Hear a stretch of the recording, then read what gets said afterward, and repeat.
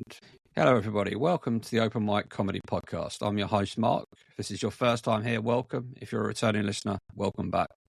This podcast is here for people on the open mic comedy circuit, whether you're a comedian, an MC, a promoter, a tutor, or have any involvement in this industry, especially for comedy fans who really do enjoy spending their time in pub basements watching the possible stars of the future. If you want to join the open mic comedy circuit and you want to know what to expect, this is most definitely for you. Today's guest has been described as the book whose cover you should not judge, a big burly ogre who will ramble and rant his way through the heart with his self-deprecating humour. A show called ClassHoles is imminent, and he promotes his own night in Guildford. Yes, you heard that right. I'm sure we'll find out more about that over the next hour. So please welcome to the stage, Mr. Pete Kinsella. Hey, Pete, how you doing? I'm good. Yourself? I'm very well, thank you. Very well. So what's new on the horizon then? Well, gigging, isn't it? It's always gigging.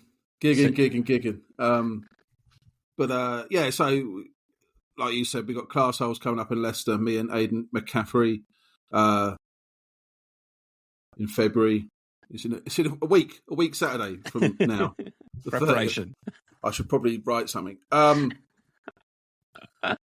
Yeah, and then just gigs. Cool. So, yeah. So how long have you been doing this then? How long have you been a comedian, and how did you get started? So since 2000, I asked Aidan actually because I started with him.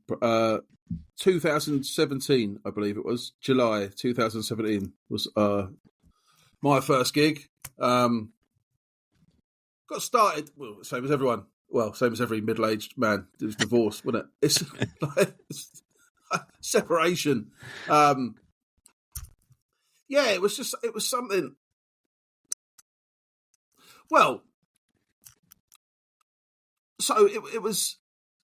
So the way it goes, sort of linear, I suppose. So separated from a wife, and that was just kicking about, drinking, as you do when you separate. And a buddy of mine who's an actor was he had nothing to do because he had no work all the time, I guess. So he we sort of hung out a lot more than we had been, because he was a single guy as well. So, and he'd always been on at me to do extra. He said, go. His direct words, I think, were they're always looking for big fat bastards on extras, like to sort of stand behind people, go or whatever.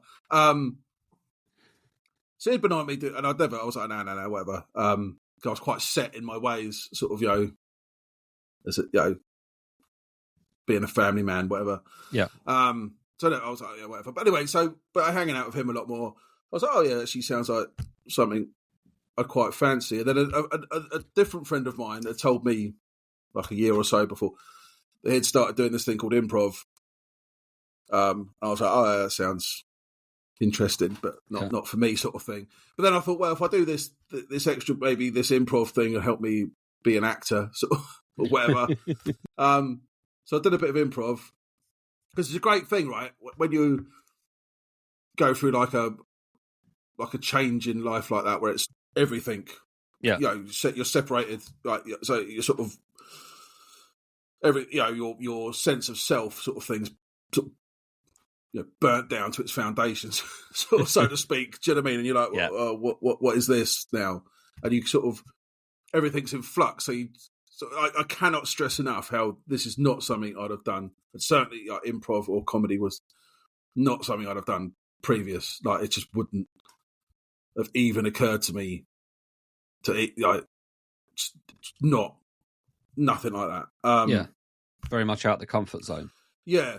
Oh, massive. Like so I went to uni when I was through work when I was about 30, and we had to do a 5-minute presentation as part of the course. And I was up I didn't sleep for about 2 weeks previous because I was so stressed about it. It was horrible. Like I was it was in my head, but I just couldn't even fathom it. But you go through this state of flux where it's like anything's like sort of you don't know who you are, you don't know what's going. It's anything's possible. Sort of you can sort of reinvent yourself, sort of thing. Yeah. So I was doing improv, and I liked improv. I was never that good at it, but But anyway, I saw a thing for stand-up comedy on the notice board, I think. And I was like, I quite fancy. Like straight away, I was like, I want to do that. Yeah. But I was like, I can't do that. Maybe in a year or something. I do improv for a year, but then within a couple of weeks, I'd signed up for it because it just wouldn't. Because I remembered actually, like, so I say I couldn't have fathomed it before. Yeah. But previous to that, I remember once. Have you seen Stuart Lee's latest one? Basically, I think. No, I haven't seen that yet. No. Well, he does a bit about the sort of people that like him and that like how it's men, and they sit there on YouTube and they show their partners, go, "Oh, this guy's whatever." Obviously, he does it brilliantly. Yeah. And that I was that guy. I would like sit there watching Stuart because I work nights as well, so it'd just be up during the day or whatever. I'd like watch Stuart, not all the time, but I would like frequently watch like bits of Stuart Lee on YouTube and that. Yeah. And I remember thinking once, I could do, and I didn't. It wasn't to perform or anything like that. It was just like I want to have a go at writing some funny stuff, and I did start. I've still got the Word file, and I remember my wife at the time came back from work, and I was like, "Oh, she was what you doing or whatever." I said, I thought I'd try and write. There's, not to perform, just really. She'll probably have a different side of it. I remember her sort of going like, "You." Like really, and I was like, oh, and I stopped and never looked at it again. Well, I have looked at it since, but I didn't. I just stopped then. Yeah, you didn't do anything about it until I started. So I obviously had it in my brain somewhere, but yeah, I did a course with Hoopla. Okay. They were really good. Check them out for improv, or they do sketch writing. I don't. It's not an advert, but they're a really good company for any sort of new. Starting into sort of comedy or anything like that.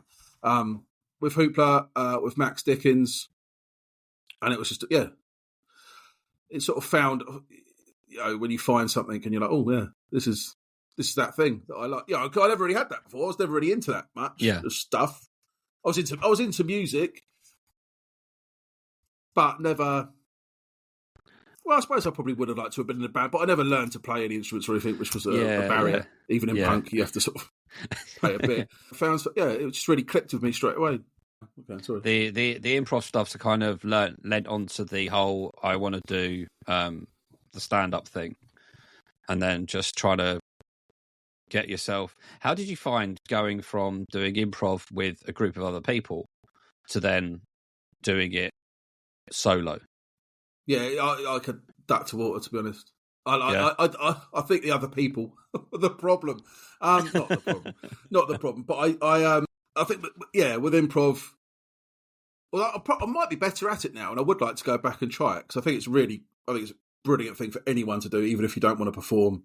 Yeah, I think they should teach it in schools. To be honest, I think it just brings out so much of you. But I think back then, even though I was in this state of, I was obviously dealing with a lot emotionally as well. Yes. So I probably didn't want to sort of do anything and start crying or whatever. So I mean, you're probably worried about. There's always this worry that you're going to say something. So it's and it's a really it's very welcoming improv. It's a bit coldish.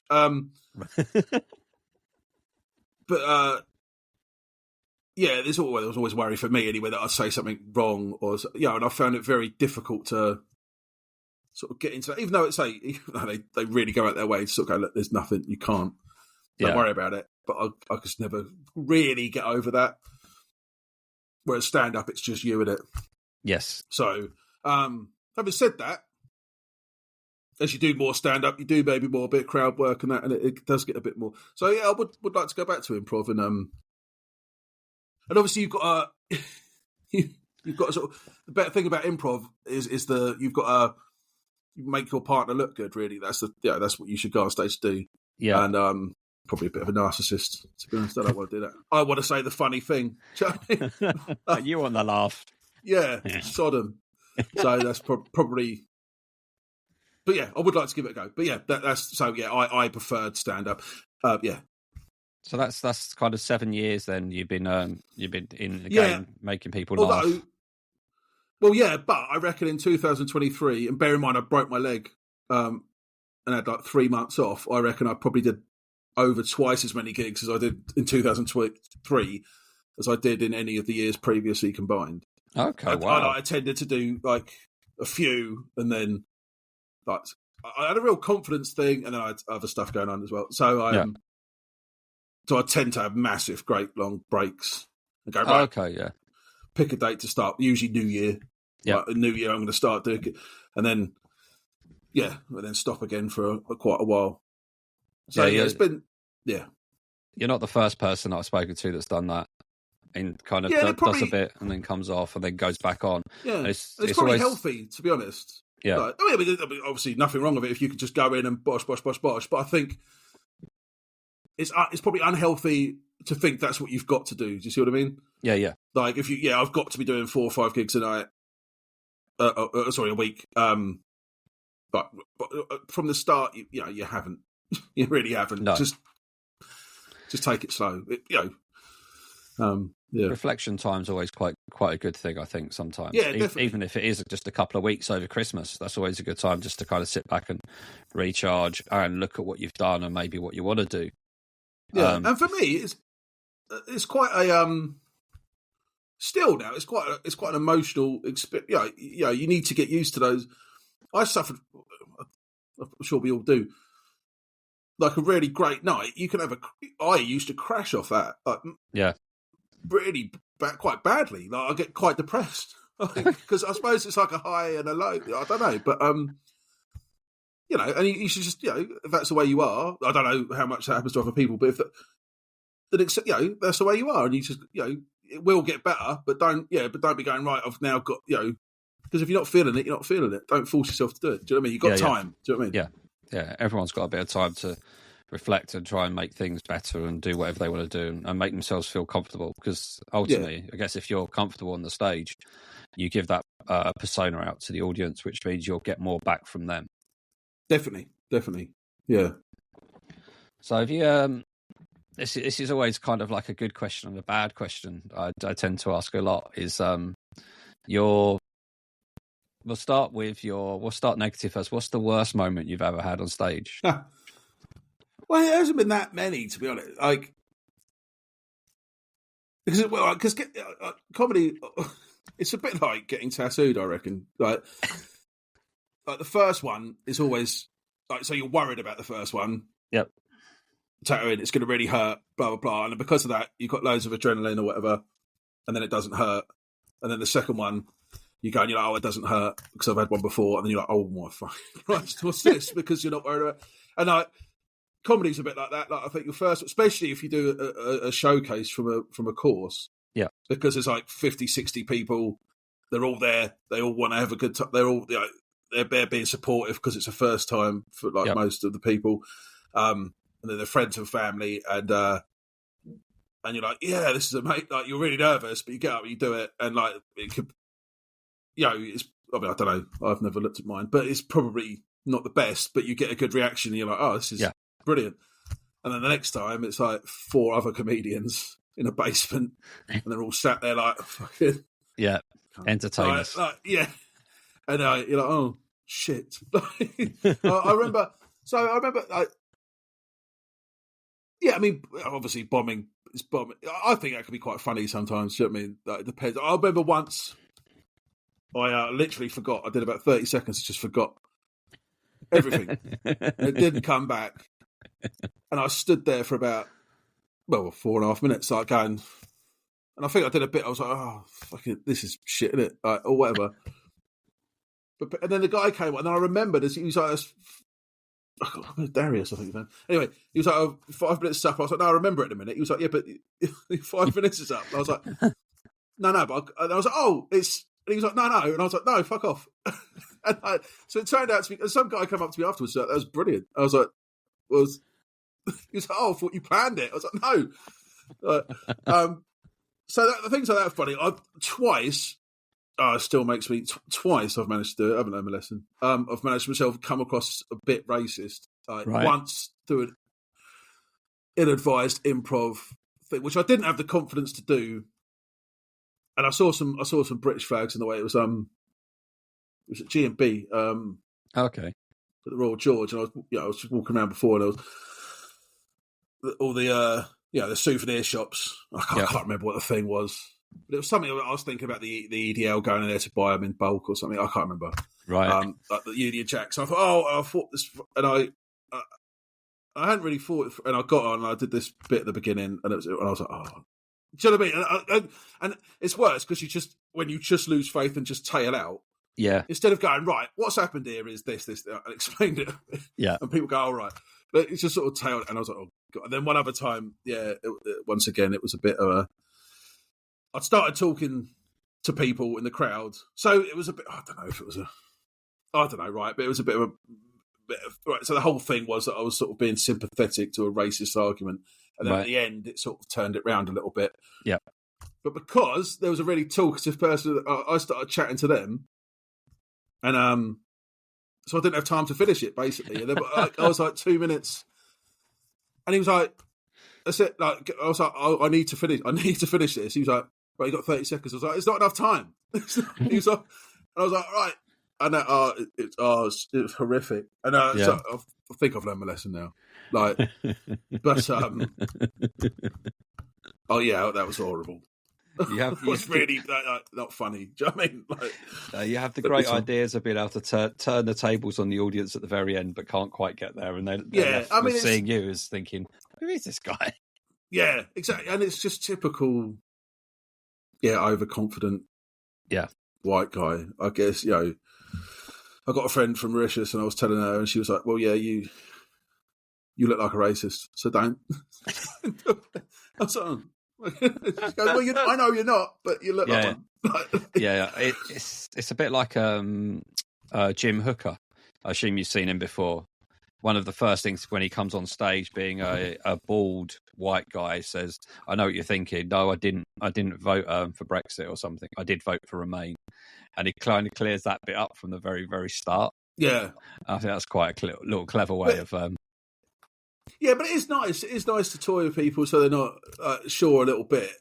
Yeah, maybe. I think I needed to be a better comedian. I don't think there was probably anything wrong with what I was trying to do. I'm just at the time anyway, wasn't as good a comedian as I needed to be, or as good a writer or whatever. Yeah. So that's they're the couple of the memorable worst ones. What about some memorable good ones? Well, once again, it's just always, I think. All right, so I think. So I can't really. Right, so my first out of town one, I think was in. So not that memorable. So it was in Bournemouth. So that because it felt like I'm driving somewhere. So I'm in Guildford, but I gig in London because there's not many in Guildford. Well, there's none in Guildford except mine. Now. So going to Bournemouth, it felt a bit sort of special. Yeah, I only won once, a gong show, Big Betty gong show, football comedy club then. That was nice. Although I'm always really don't put any stock into gong shows. Don't matter. It's completely, do you know what I mean? It's random, whatever. Same as competitions, do you know what I mean? But then when you win, you're like, I know what you mean. Yeah, and it is nice. It is nice. Of course it is. It's just you shouldn't go away feeling suicidal if you don't get through. Do you know what I mean? It's just what it is, isn't it? But any night, I think, where you do well and everyone else does well, I think that's really key. I think if people, when everyone smashes it, it's a really good night, isn't it? Do you know what I mean? Like it just feels that little bit more special. Do you know what I mean? And that's what I like about stand-up. It's like it is a team. Yeah, it is much more than I thought it would be. I thought it would be quite sort of individualistic. Yeah, but I think you soon learn. It is a sort of it's a team. Every night is like a team thing. Yeah, it's. I think the one thing I've realised in my short time in this is that it's quite a. There's a community behind this. There's a community of very helpful people, and generally most 90% of the people that are actually on this circuit go to these gigs to perform, but also to go and enjoy themselves as well. There's only a small minority that kind of go just for themselves and stuff. But I think... you're doing yourself a disservice if you're not looking at the other acts. I get it, right? When you first start, you're going to be in your own head about your material. That it's fine. Do you know what I mean? It is what it is. Do you know what I mean? It's just natural. If you're not, after a while, taking notes on other comedians or what, and going, oh, I like that. You're losing out on an education. And talking to people, I was not through any sort of because I say I live in Guildford, work in London. I've got to get up early because I've got that sort of job. So I did used to just go, just starting out. So I was in my own head about my material, and then do my thing. Not really, not to really talk to anyone and go. Yeah, and I just it's not the way forward. You start talking to talk to people because, like you say, most people are helpful. It makes it more fun for a start as well. Yeah. Like if you're just going, you're sitting there miserable, getting up, you're doing whatever time you've got, and you're going. Might as well get a job. It's meant to be fun, right? That should be your well, I don't know, your motivations. People are entitled to their own, but my feeling is if it's not, fun should be the thing. Yeah, the primary motivator. Completely. I completely agree with you in that if you're going to an open mic night to perform and you're just walking away after or not even paying attention to other people on the stage, I think you are losing opportunities to learn, especially if you are quite new to this. Okay, you've got that panic in your head that, okay, I've got to be on in 5 minutes of doing my bit. But once your bit's over with, sit back, relax, watch, and just take in what other people are doing and see how they handle themselves, how they deliver things. And it'll only help you. I'm not saying to copy them, but inspiration is there. And it's in front of your eyes, and you don't have to go anywhere to find it. Just watch it, enjoy it. Take a few notes and see what you can adapt that works with your personality that's going to help you get the bigger and better laughs that you want. Because we always want those bigger ones. So it doesn't matter how good the room is, you still want it to be louder and louder and louder. Oh, absolutely. And it's things like microphone technique and where to stand on the stage. And it's just, there's loads of little bits you can pick up. And, I think it's always very good to watch what they're doing and then compare it to what you do as well. Because I'm still in this habit where I keep being told, stand at the front of the stage. And for some reason, I always start gravitating backwards. And it's common. I did a gig in December where I ended up hitting the back wall.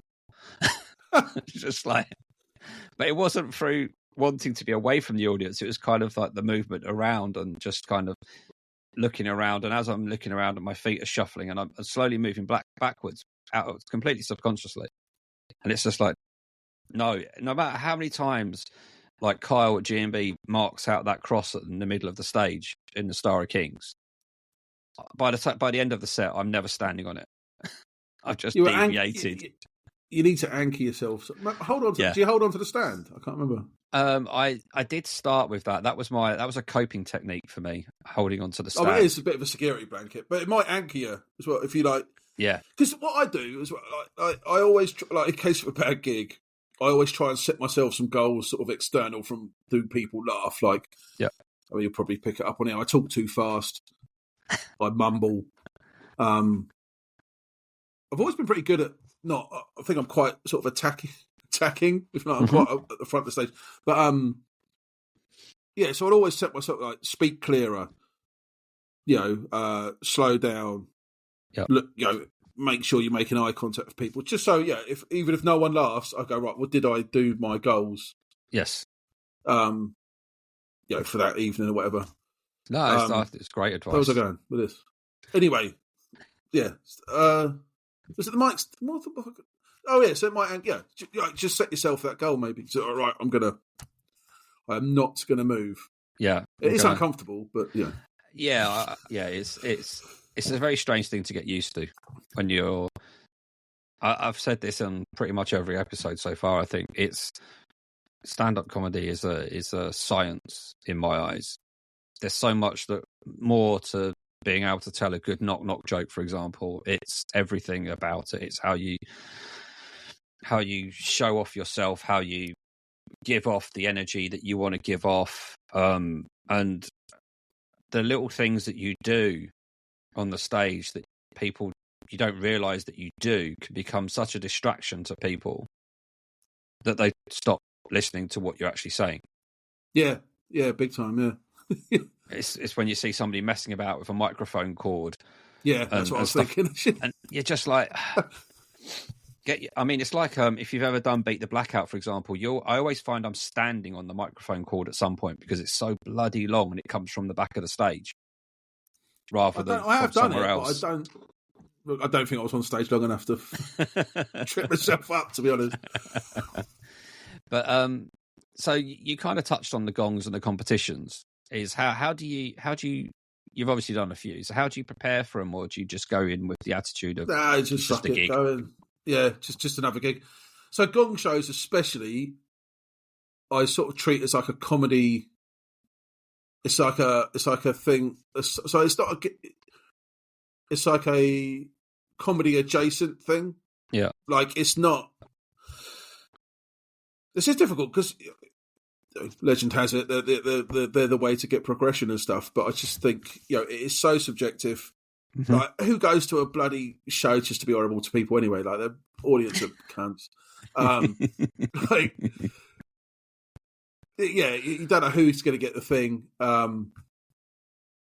Like, so it's sort of like it's obviously to do with comedy, but it's not. Yeah, you shouldn't be basing your material on it, mate. Do you know what I mean? Maybe. Yeah. No. Like, you shouldn't go, "Oh, that's a good joke." That's not a good joke. It is just purely to get experience, and obviously, if you win, great.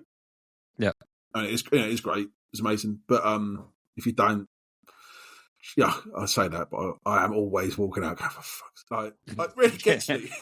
Yeah. No, I'm the same. I think it's something that as comedians, you kind of want the validation in what you've written and what you've performed. Yeah, and you don't get the chance to do that all the time, and you if you get yourself gonged off and you just feel like what went wrong, was it me, what didn't I appeal to? And you can really start overthinking it because you're in an audience where, say, somewhere like Beat the Blackout, you're in front of 200 people. I assume King Gong's like 400. You're in front of a big crowd of people, and there's only 3 people that could get rid of you. Exactly. So it's a waste of time to sort of I say that, but especially I would say to people, don't ever go with material you care about. Do you know what I mean? Yes. If it's like about, I don't know. Well, if it's got a deep emotional attachment or whatever, don't, because it's just going to end up crying in the corner. That's a really good idea. Don't use the material that you care about. It's That's so that's why I haven't done it, but I would rather do, because some people were down on it, and I get why, I suppose, maybe. But Sam Rhodes' beanbag throw show, yes, because at least you're still getting your time, even if people are pelting. I think it was a really good idea. I would like, obviously it's not right. So gong show, so as well, gong shows, beanbag competitions, anything like that, roasts. Right, I love roasts. Yeah, completely different. I thought they'd be similar to gong shows in sort of like because they're not gong shows as well. I've found are not nice places. Like, you're backstage, you're not having a laugh with anyone like you might do at a comedy kick either. It's like everyone's really. So it's like, I'm not knocking them. Don't be wrong. I like when I actually do them, I enjoy them. So I don't want to sound like I'm knocking them, but there is downsides to it, or that don't fit with me. Yeah, and I think that so being whereas roasts, actually everyone's up for it. It's a lot. Have you done one? I've never done one. I've kind of been tempted to, but you absolutely should. They're great fun. They're really good fun. Everyone's just takes it in the mood and in the spirit, and it's really good fun. But having said that, so roast competitions, beanbags, anything like that, right? If it's not suited to you, it's not suited to you, and that's fine. Do you know what I think? Do you know what I mean? You shouldn't feel like you have to do them. No, completely agree. If you want to do them, great. Do you know what I mean? Yeah, we should probably clarify for people that aren't aware of the Sam Rhodes nights, where the idea is that the audience are given little tiny beanbags and they get the chance to throw them at the acts on stage. But I don't think there's any rule that says the act can't throw them back. No, and I think probably. So I haven't actually been, but I would go with a set design to get beanbags thrown at me. Do you know what I Yeah. mean? Like, as much as I could. Like, once again, I wouldn't go with my nan's dementia stuff that that has a real emotional thing. Do you know what I mean? It's just you wouldn't do it, would you? No. I think it's a good idea. I'd rather because at least you get your 5 minutes. Whereas a gong show, it's like 30 seconds or whatever off. Like, okay, I'm going home to bed then. Yeah.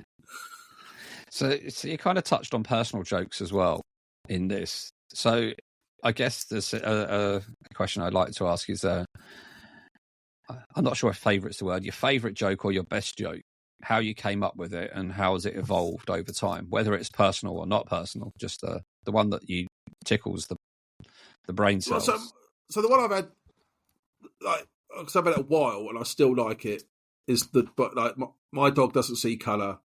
Sorry, fucking hell, I've had it for years. My dog's a racist. He says he's not. He says he doesn't see colour. Right, which I really like more because I think it's clever. I think than funny. Yeah. But I like that. I liked it so there's a few reasons. One, it's clever. I was like, I can write a joke. Two, I think it gives it gives it to the sort of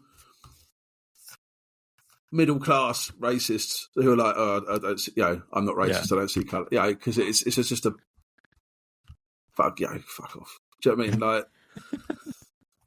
Like they sort of arseholes. So I like that. And I like because so it was written. So it's written obviously as part of a bigger thing. Now I don't know. Yeah. I've still. Well, it's in the ClassHoles now. So during this is how Zara called it. During the George Floyd Black Lives Matter after George Floyd the Black Lives Matter protest, I think it was Dane Baptiste put a tweet out or something like that. Anyway, he said something like, white comedians don't talk about race or something, but and they should. It's a problem. And I thought, you should, because it's always. I hate it. I hate racists. I really do. And it got me thinking because I thought, well, how do we talk about that? It's boring and cliched and just rubbish to go racism's bad, right? Yeah. Right, but obviously we can't talk about it from a black person's perspective or anything either, because that would just be a nonsense. And then a couple of things happened. So I was thinking about, you all got those people when you're like, as a. Sure, I don't know about you, but I mean, working class white guy. Yeah. You've got those people in your life, relatives and that, who are, right of centre, shall we say, who you love, and that. But you're like, for fuck's sake. Yes, yeah, I know the type of people you mean. You dearly love them, but you're kind of thinking, what goes on inside your head? Yeah. And so I was thinking about it, I was like, well, how do we sort of. How do you sort of address that and sort of like, and then my dog had an unfortunate incident on the train with my ex-wife where he started barking at a guard who was just, I think he was German, I think, or something like that. Yeah, but we think it was just his voice that don't know. And my dog is half Staffy. He's a mongrel, but he's half Staffy, and that sort of got me thinking. How they say, white people, the white man, like toxic masculinity, don't have their place, don't feel like they've got their place in the world anymore. And I was like, Staffordshire Bull Terriers fighting dogs, obviously bred for bull baiting, but now they don't have a place. And so there is. I don't know how much of this is still in there, because at some point I remember Logan Murray saying to me, I came once with a load of like 10 minutes of like politically right on stuff, and he was like, you are supposed to be funny. Like it's about being funny. That's the main. I was like, oh yeah, I suppose. So I don't know how much that. I think a lot of it's still in there. I hope it is. Yeah. In the bit, but so that's how. And that was the first joke I think that sort of maybe from that sort of concoction of thinking about what was happening. Yeah. Those bits. was like, it doesn't see, and I was really happy with it. Smug. Yeah, no. So has it actually changed, or has it just changed in its surroundings with other jokes as such? Probably. Probably. I mean, it might have slightly. It's been that way for a long time. Yeah. Well, so there's a bit. So is it my? Yeah. So sorry, it's slightly longer than that in the bit. Yeah. And there's other bits that. But it can almost stand on its own as well. But that's the way that's the way I would tell it if I was just sort of chucking it in. Like, that's cool. I like to hear how the jokes. It's such a cliche question, but how did you come up with it? Is that there's always a story behind that. As you know, it's most jokes come from something you've done in the real world or something that's happened, and you're kind of like, yeah, that's cool. Yeah, rather than just made up on the spot. They relate to something. I don't know how one-liner comedians do it. I mean, that's almost a separate art form, isn't it? Art form. But although I imagine it's still obviously, there's some external stimuli, isn't there, that makes you go, yeah, that's an idea. I assume, but that my stuff's very much based on stuff I see. I haven't got enough imagination, to be honest, to make stuff up. Although he's not a racist, I will say. I feel a bit bad now because he's getting on a bit. And he's lovely. He's my best friend, my dog. And I do feel a bit bad sometimes.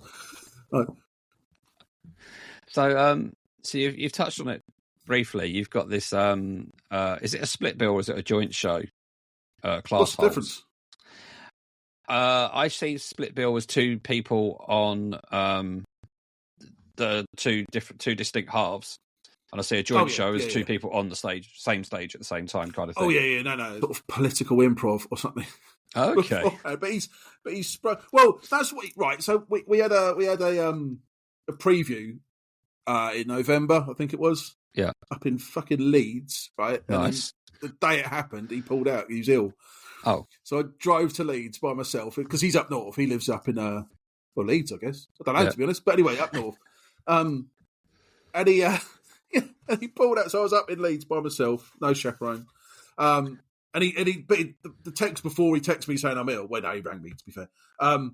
He was like, "Oh, I thought we'd do some sort of political improv or something at the beginning." I was like, "What does that mean?" What? It's Okay, he might not have said political. I can't remember what he said, but I remember thinking, I'm up for it, but what are you talking? Just chuck that in, but then he was ill anyway. Bless him. It wasn't his fault. It wasn't. It was a good gig. It was really nice. It was nice to get. I mean, that's the furthest I've ever gone. Yeah, and it was nice in its similarities and nice in its differences as well. Do you know?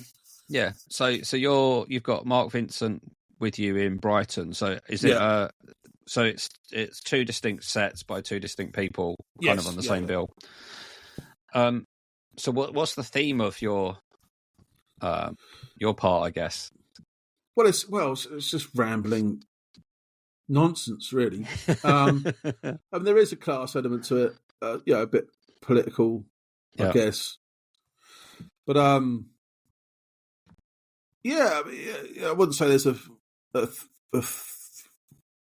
theme as such. I suppose it's about perception. Yeah, that's what it is. It's about perception of things. Yeah.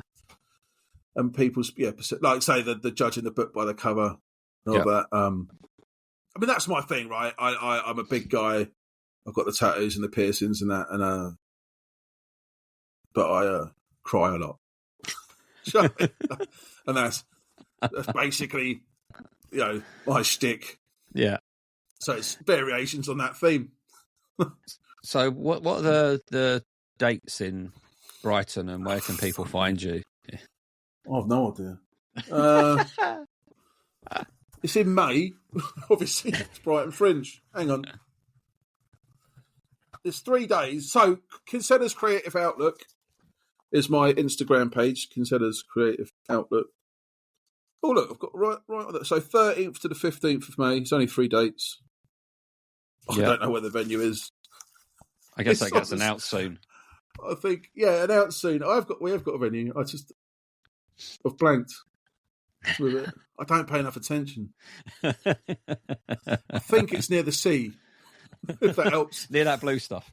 Yeah, have a look on Kinsella's Creative Outlook. It'll probably be on there at some point. Yeah. Or Mark Vincent's. I should have got Mark's. But I didn't. He'll probably have something similar. I've got a feeling. I thought he was more organised than me. I think he's just as disorganised. So, will it even happen? We don't know. It will. It will definitely happen. But we'll see. No, cool. Because I'm on a clown course. I've booked on a clown course for 3 weeks, and that's the first week as well. That's in London, so I'm gonna have to finish being a clown. Okay. And then shoot to Brighton. So it's probably a disaster. I don't know why I did that, but I do because clowning is great. I think clowning is amazing. Yeah, and I didn't want to waste the opportunity, so I was just going to have to put up with it for 3 days. No, I think closer to the time, then what we'll see if we can do is get you and Marc on at the same time to do a little plug of the show. Yeah, with all the information where people can find it and stuff like that, and what it's about, and how people can enjoy it and stuff like that. I think that would be quite a nice little thing to do nearer the time. So look out for that one. So how have you found actually trying to organise a show like that? Difficult, but I don't think it is, to be honest. I think you've just there seems to be a lot of pages. It's definitely there to root out comedians. I don't think many comedians can do the amount of admin required. Right. Although I don't actually. As it turned out, it wasn't. I think I probably made a mountain into a molehill. Other way around, molehill into mountain. You just have a lot of stuff. You have to write about it. You have to go. What's the theme of the show or whatever. And I'm like, I don't know what this is. I don't. Why am I having to do this? And then, but of course, it's for promotion, and it's so the venue knows. It's all fair enough. Do you know what I mean? But I found it very difficult. I wasn't happy. But actually, as it turned out, it didn't take that long. I don't think. That's assuming I've got everything done that I think I've got done. Yeah. But it's just. I mean, admin. Comedy's 90% admin, isn't it? Yeah. Yeah. I think that is part of the modern day comedian, isn't it? You have to be fully aware of what you're doing and try and be organised with where you're going. Yeah. And understanding the type of venue that you're going to be in if you've never played there before, kind of thing, and try and scope things out and just understand what you're doing, so you feel more comfortable when you're actually on stage, making people laugh. Yeah, I always try and get a place early. I hate being late. So that's generally sort of the amount of scoping I'll do. It's just the emails, just keeping on top of the emails and booking gigs, and then you've booked too many gigs, and then you're fucking knackered. And yeah. So you must have that because you run your own night as well, don't you? Run is a strong word, but you put on a night that other people put on a night. At. Yeah. But yeah. So, but I hit the ground running with that because I've got a spreadsheet.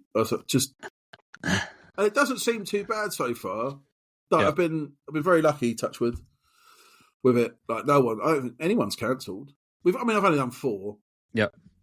But I don't think anyone's cancelled, which is bizarre. But I think it's probably because there's not as many nights around here, so people don't want to. They'll make they won't cancel because they've got as many opportunities as in London where. Yeah, I guess with the London scene, you can cancel and always find another one somewhere else fairly quickly. Whereas, it's not the attitude to have. No, but it's what happens. So tell us about the night then. What's it? Where is it? Well, it's comedy at the As Funny As presents comedy at the Keep. It's at the Keep pub in London, next to the Castle, in Guildford. In London, did I say London? It's in Guildford. Did say London. Guildford, next to the Castle. It's just an open. I was just like, I thought I'll be nice to have an early night once in a while, like not having to get back from London. Yeah. And I kept waiting for someone else to put on an open mic because I thought it would be because we've got the university, we've got the college, yeah, we've got Merriswood Agricultural College, we've got the music college, and we've got Guildford School of Acting. So there's like loads of students in Guildford for a start, and then you've got just obviously it's a big town. Yeah. So I thought it'd be probably pretty good. Yeah, I thought it would have legs, sort of thing. But yeah, but no one. There's a few pro nights.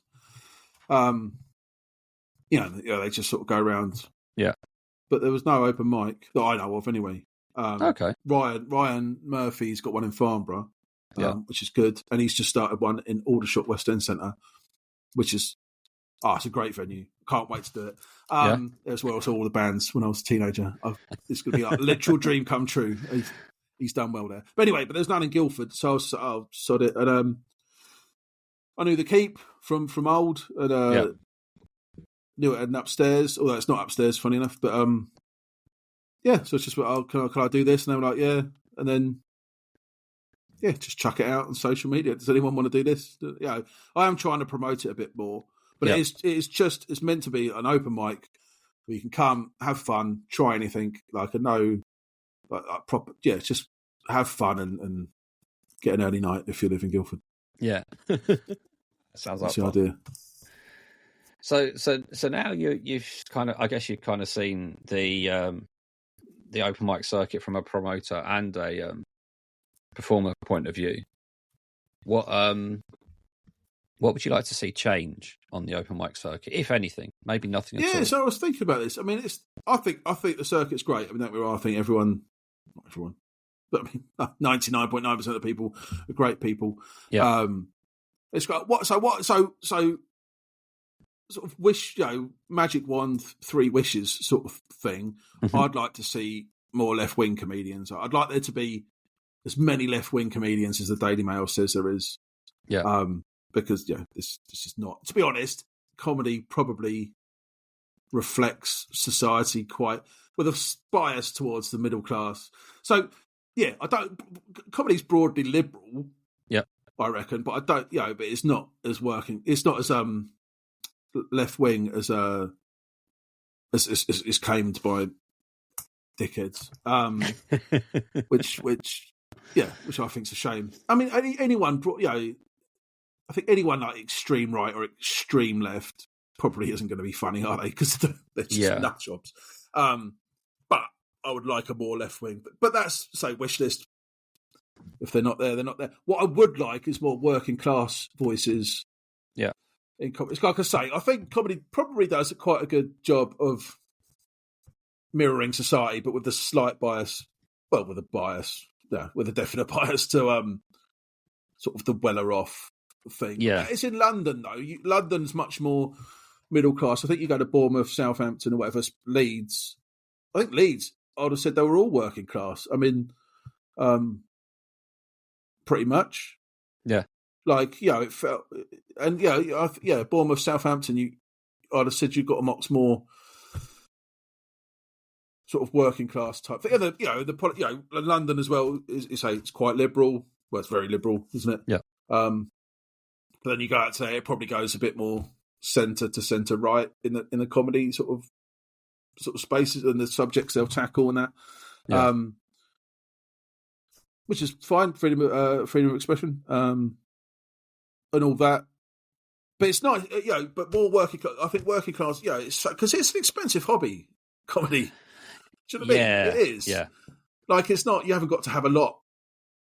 Well, you don't need to wear anything, really, do you? Have a notepad or whatever, or your phone to write the ideas down in. That's all you technically need. But then like if you're in London, if you're lucky enough to be a working class person in London,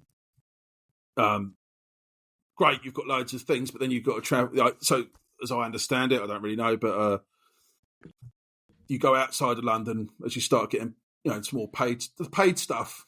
Yeah. Your first paid stuff is going to be outside of London, as I get it. Yeah. Seems to be to me. So then obviously if you're working class in London, you've got to get out of London. And if you're outside of London, you haven't got the open mics necessarily to sort of craft just unless you get into London. I'm very lucky. I get travel discounts and that because of my job. Yeah.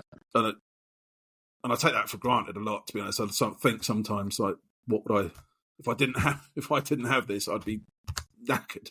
Yeah, just wouldn't be able to do it.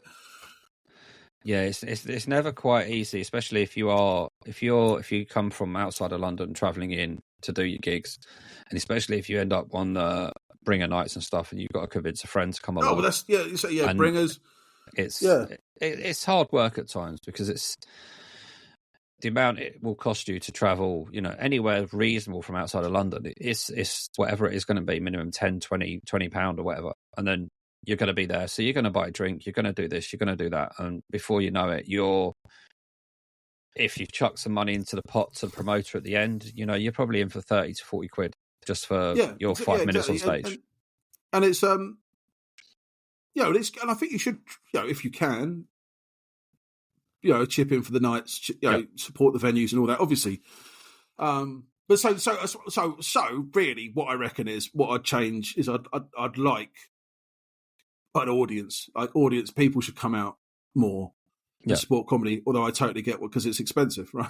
But yes, I just feel I think some people, sometimes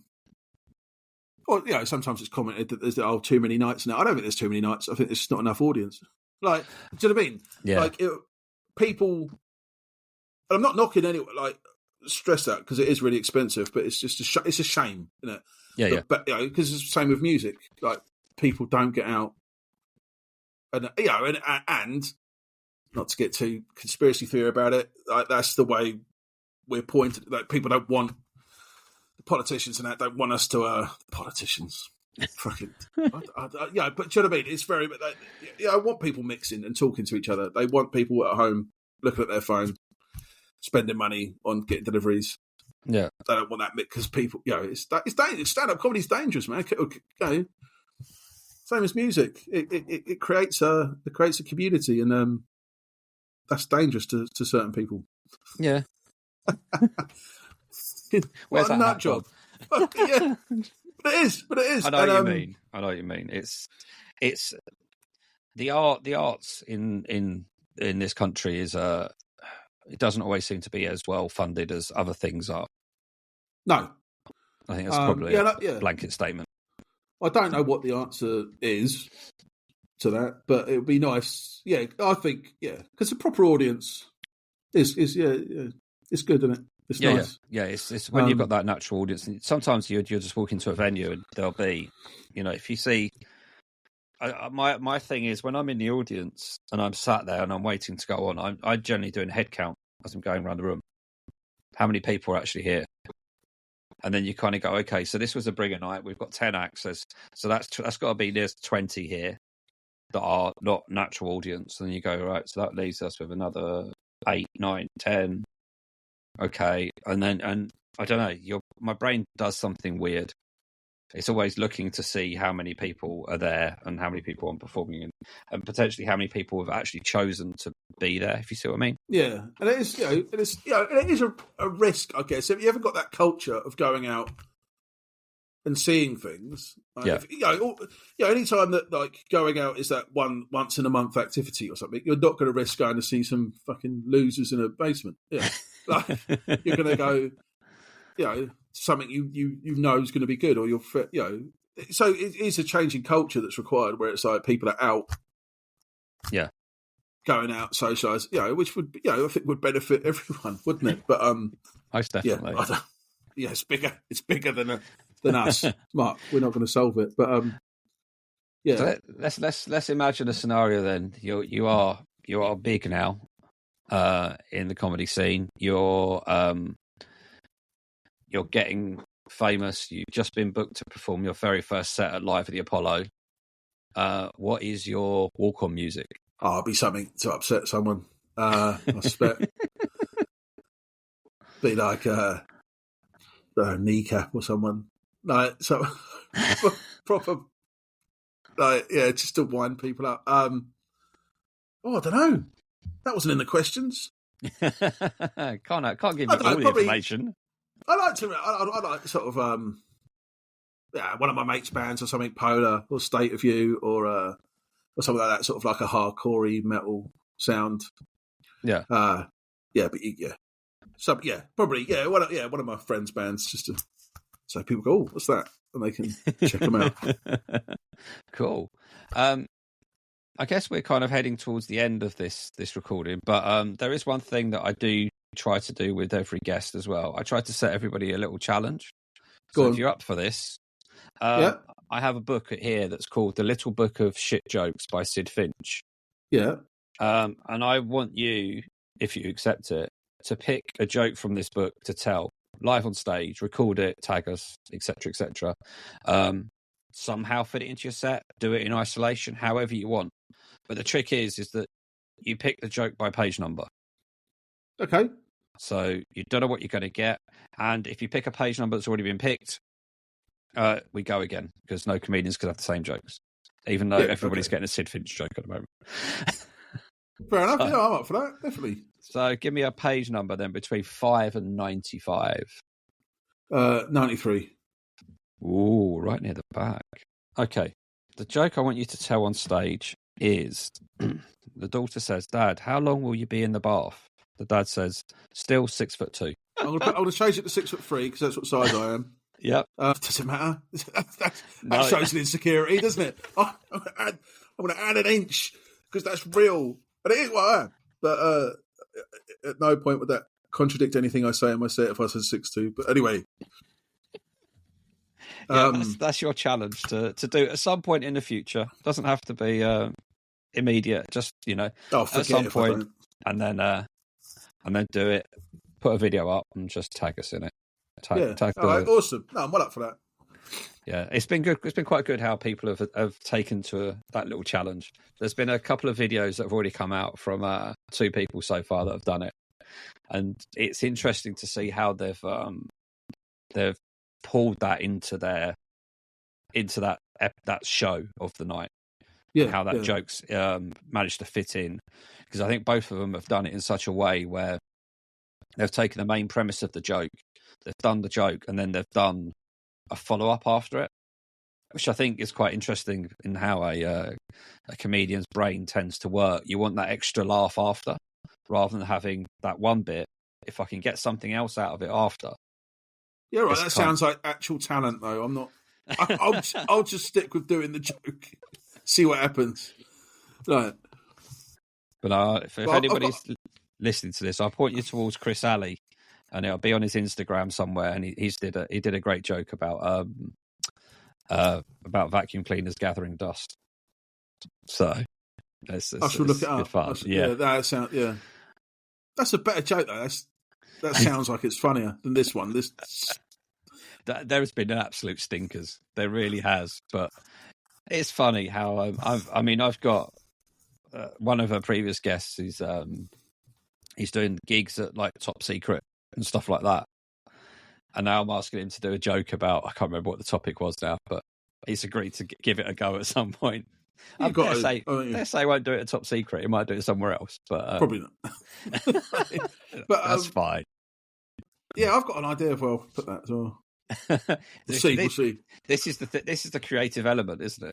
That's where this starts to come out. Is that once you ask somebody to do something, they'll start thinking, how can I incorporate that into something, or have I got another joke that I can then pull from, and have I got? Because I've said to other people, is if you need to change things in the joke to make it work, father and a daughter, but I know the person that got the joke has a niece rather than a daughter, so just change it slightly and use that, and nobody knows, but it gets the point across. But I find restrictions in writing are really helpful. I think that sort of blank count, it can be anything. I mean, that's great, but it's just too much. I think if you start for the writing, if you restrict yourself to stuff, then that really helps. Because it just narrows your choices, so you can't just pick because the way my brain works, I'm just like Whereas, I like to have restrictions. I've got. I mean, I'm sure like most comedians on your notes on your phone and stuff, you've got lots of little bits written down, and none of them have materialized into anything yet. Yeah, but one day. I mean, I was at Most a of gig. them don't make sense, to be honest. Yeah. What did I mean by that? But usually my things are from what other people have said. So I went to a gig the other night, and me and the mate, we sat in the front row, and my mate just said, "We're so close, I could wank you off from here." And it was just like, okay, It's a weird thing to say. That's a line that has to go somewhere, but I don't know where it goes yet. Do you know what I mean? And it's lots. It may never ever go anywhere, but it's there. For my friendship group, that would be an odd thing to say. I mean, obviously, you found it odd enough to think, "Oh, what was the context behind that conversation?" The context was that we just sat down at the front of this comedy gig. It was small. It was intimate. It was small. Yeah. The microphone stand was within a foot, if that. Almost 6 inches from somebody's where they'd be standing. And he just made that comment, and it was just like, oh, that may have something in it, just as a throwaway line somewhere, as a comparison to something. Who knows? Limited situations you can use that line. Yeah. Isn't there? You wouldn't. Yeah, you probably wouldn't want to paint the whole picture, but you could use that line to, in any instance, I got so close to somebody I could. Crowds on a tube, something like that. You have to know someone a certain. Yeah. Yeah, it's a balance, isn't it? You can, So you wouldn't on a Tinder date or something. Well, you might. I don't know. That's actually not a bad. See, this is where the things could go. You could start as I'm a comedian. I had a Tinder date and I took her to see me in a show, and she sat at the front and said this, and I thought, well, that's set the precedent for the night, and then you kind of go from there. Yeah, do you know what I mean? So, and then it would be like the gig went really well or something, and you were looking down and she was wanking off the guy. See, you've done it. You've done it. You've taken that premise and moved with it to somewhere else, just from one throwaway line. Well, that's what it's about. Yeah, comic genius about wanking. That's standard, isn't it? It is. But okay, I'll say we've probably come to the end of this episode. So, what are your socials where people can look them up, and I'll link them in the description. Kinsella's creative outlet would be the place to go.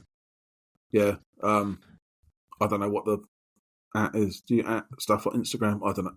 I'm so shit with it. Kinsella's creative outlet. Yeah, I've got about 8 different Instagram pages. Don't know how to work any of them. Well, presumably it's the same way. Each, not different for it. But anyway, Kinsella's creative outlet. Yeah, cool. And so awesome. People can start seeing you in May, along with Marc Vincent at the Brighton Fringe, doing a split bill. It's just coming along. Say, pretty much my life now, gigging. So. I do try and do those little poster things that you put up, but I've never done one for a while. Yeah, I always think they're useful to do. I think they're good to do. Keep your name out there. And more for you as well, I think. If not maybe more for you, but as much for yourself. Right, this is my... I don't know, it just makes you... I find for me, the more I treat it like a job, the better I am at it. Yeah. Which is like a horrendous critique on Protestant work ethic. Just you should just have fun, but I don't know. Yeah, if you go right, this is these are the things I've got to do, as opposed to I don't know. Obviously, I'm not very organised, so the more organised I can be, or anything that helps me be that bit more organised is a bonus. Yeah, I suppose is one. Cool. So that's Kinsella Creative Outlet on Instagram. We can find you on, and for everyone else, you can find us on Open Mic Comedy Pod on Instagram. All the W's openmiccomedypod.com. You can also, whichever platform you're listening to us on at the moment, it'd be really great if you could leave us a 5-star review. Don't bother with 1, 2, 3, or 4. Follow it, share it with people you think might like it, and until next time, thank you, Pete. Cheers. Thank you. And everyone else, if you're on the stage, stay funny. Where'd you get the music from?